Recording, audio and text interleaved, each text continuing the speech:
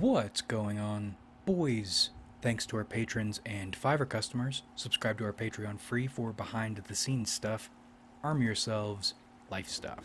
We might need to make a new series out of Weird Day, a la Order Development, because weird days happen sometimes, and you can't always rope these events into some topic as if you had already been planning on talking about it.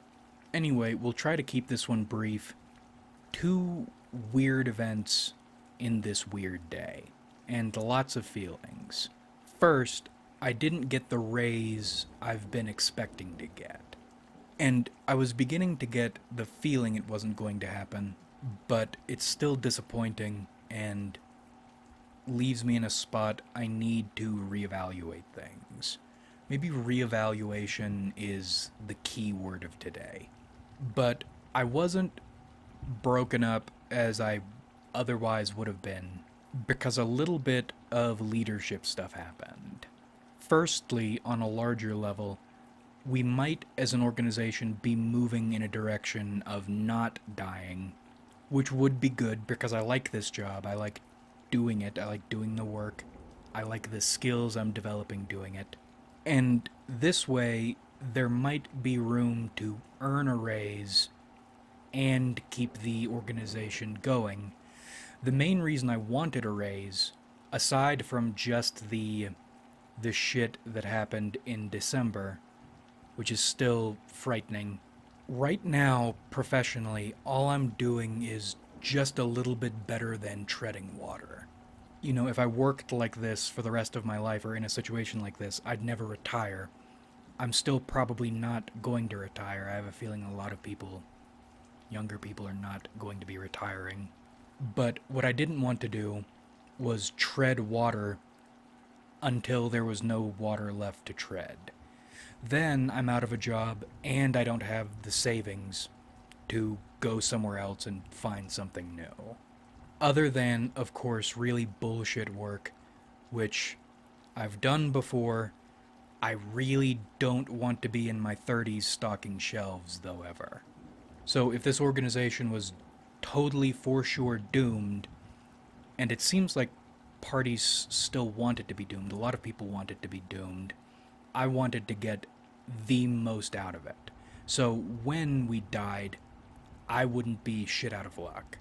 But now, we might be moving in a better direction in which I could, at some point, be earning money and the organization wouldn't be dying, and that would be much preferred because, again, I like this job. But then the leadership thing, in the bigger picture, or no, in the bigger picture, this was the more important thing. On the smaller scale, this seemed like a small side thing, but I think it's the most important thing in the life game. My goons supported me, and I found out some people I thought were not my goons are my goons. Maybe. But even if they aren't, there's still something to be said about influence from a leadership position. I was a bit stunned by what was going on, but then a few people stepped in using my demeanor, my attitude, my words, my talking point, my momentum builders, and deflected the shit and presented better alternatives that I was not focused enough to come up with on my own, but they're exactly the sort of things I wish I would have come up with. I'll be backing, I'll be making happen and ensuring the appropriate parties get credit. But the point I'm making is you get to see the effect you've had on other people in a positive way. And I'm not especially sentimental, but that was very heartening. That was very unexpected. And that's why I think we mentioned it in the last order development video. Becoming a leader and not just learning how to lead, but also how to exude gravity or leadership. I'm not sure the word, but turning yourself into someone who influences other people. I'm beginning to think that's the most important leadership quality. It's not even knowing the things you should tell people to do and knowing how to tell them to do it well to be efficient. It's a lot more important to irradiate people with your bullshit without it being bullshit. And I don't remember if we mentioned it in a video or on the Patreon, but I think part of that is playing the part. And I don't mean like acting.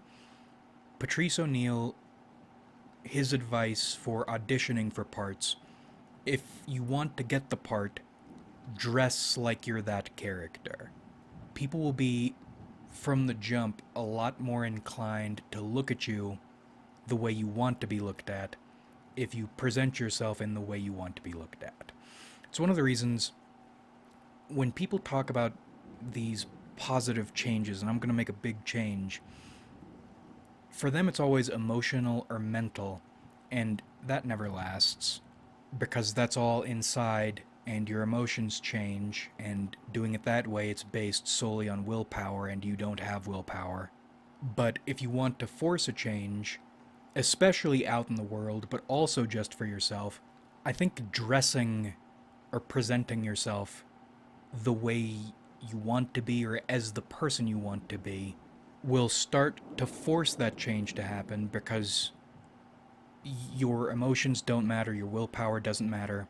Your presentation will start to force people to look at you differently, even if they don't want to. And then that, in turn, forces you to start acting like the person you want to be. And then it becomes natural. So people always say appearances are important, appearances are everything. It's not just what other people think, it's more the effect what other people think will have on you. If you're walking around in sweatpants and a sweater, people are going to treat you like trash guy, even if you're high level guy. And then you'll start acting trashy. But if you dress like you give a damn, people will start treating you like you give a damn, and then you might actually start to give a damn. It was just very nice to recognize other people are beginning to give a damn also, and in a way that protects me. And that sounds selfish, it is selfish. I care about the people I work with. I didn't realize they cared about me, or I was having any real positive influence on anybody. And then we get into the second weird thing that happened today. I've mentioned it a few times over the years, but every male born on my father's side of the family, excluding my father and uncle, have some degree of autism. All of them. Except me, of course. But one of my cousins has really rough autism. And he's had everybody really worried for a long time. But today I learned a couple things. Or maybe a couple of three things. One, he's a YouTuber. Two, before his channel got taken down, he had significantly more subscribers than I do. And three, now that his channel has been taken down, he's got a second channel, and his numbers are almost back at where mine are. And to my understanding, he's done this all on his own. And learning all this gave me a bunch of feelings. The very first few things I felt were pride and relief on a couple levels, with a bit of jealousy thrown in there, but we'll get to that because the jealousy is the other side of this. And it's funny, or maybe it's not funny. When I first found out, the jealousy was there, but initially it was a shadow. It was far overshadowed by that pride and relief. And it was pride and relief on a familial level, on a blood level and on a bit of a kindred spirit level, because he got shit the way I got shit for being dorky as a kid. I am very proud on that familial level and on that kindred spirit level that he, on his own, basically told everyone to go fuck themselves and made something of himself as a teenager because of his weirdness. The things he was getting shit for are the things that, I guess, made him entertaining to people. I was also proud and relieved on a blood level because people say blood is thicker than water. I don't think that's the case, but I think blood and soul are very connected. And something that's bothered me for years and years now has been the fact, basically, what is my blood? Both sides of the family are sad, they're angry, and then you get to pick one or the other here, this third one. You're either a rope connoisseur or you're a bully. And I think in families, even if you are the black sheep, the one that supposedly is different, you're really not. If you're different, then you're different in a way flavored to your family. And I'm very much, I'm very heavily on the nature over nurture side of things. So recognizing what all your other family members are sink in your entire life, it starts feeling a bit grim. It starts making your efforts to do things different feel grim. But I'm relieved another member of the family successfully became an entertainer and he's now in the process of re-becoming an entertainer. His mother, my aunt, she's the ENTJ aunt I talk about sometimes. She and I don't talk as much these days because of distance. But she did stand-up comedy for a while, and she gave it a serious college try. But for her, responsibility took over. She had a family, and she gave up her dream to manage her family. Because her husband, my uncle, he's very sweet. He's an excellent father. We're lucky to have him in our family. But their relationship is one of those, excuse me, he asked for no pickles situations.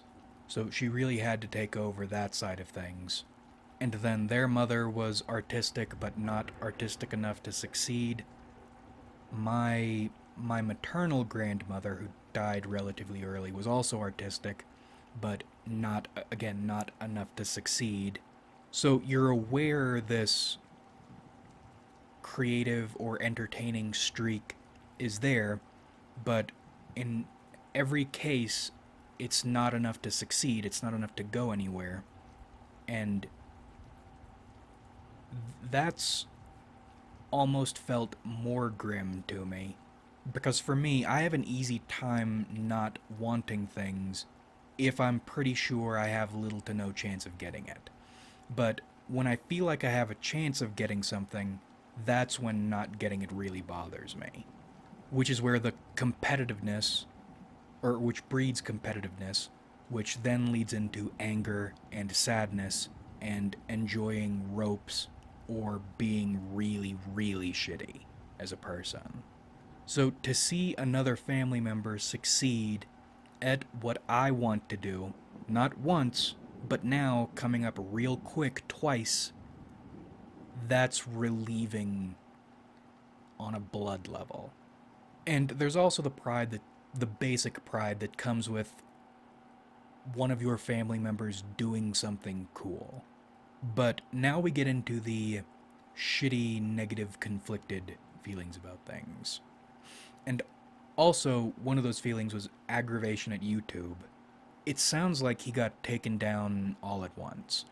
You know, some channels will get strikes slowly, but then in other cases, channels will get all their strikes at once and then they're done. I'm a little agitated They took a well-intentioned autistic dude's hard work from him. But what can you do?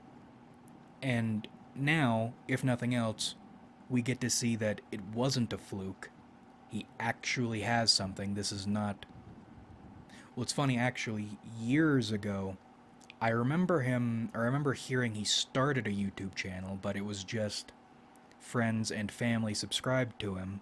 But he's proven twice now he's above that. Has more than that in the tank. And they're relatively cheap. I'm going to speak with his mother and figure out more details about the situation and what's going on. They're cheap. I think I'll get him some business cards that have a QR with his or leading to his channel on the back, and that'll be the little gift from cousin Uncle Skimmerlit, and maybe a hat or something. I would. I'm really curious what he thinks about all this, but that's difficult. I just know from doing it myself and from dealing with other people trying to become somebody on YouTube how demoralizing it gets. There was a dude around the channel for a while at the very beginning, and he made, well, to be completely honest, at the very beginning his videos were okay, but then he started stepping into really kick-ass videos, and he never broke 100 subs. Or I think if he broke 100 subs, then it was not by much, and then he gave up. I know YouTubers right now who deserve hundreds of thousands of subscribers, and they don't have them. Your channel, when you love it, becomes another organ within your body, and if people around you aren't supporting it, or when bad things happen to it, that affects you strongly. And I would really love to know, again, I'm brand new introduced to this situation, I didn't realize it was even happening. I want to know how people around him were treating his channel. I know friends and family subscribed a long time ago, but I don't know, that whole energy was very condescending, so I'm just very curious. I'd love to know what other people, how this evolved around other people, and how he feels about it. But again, difficult. And that ties into another emotion I had, which was confusion.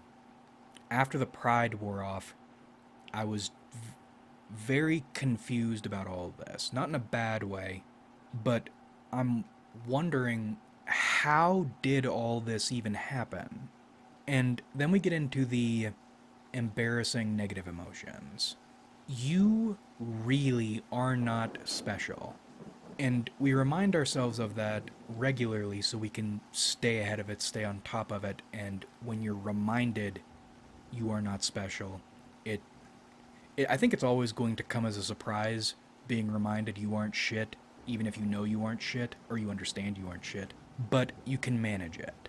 Here, holy shit, he was close to a silver play button, which is one of my dream aspiration things. I don't know if he was monetized, but that would have been good money. And if he can figure this all out again, and it seems like he was becoming the guy in the thing he did. If he can do that again and keep his channel up this time, that would take care of a lot of life concerns. At least for a while, and then that could turn into other things. Anyway, for me, envy is usually a hot emotion. And it also comes with that almost wanting to vomit emotion.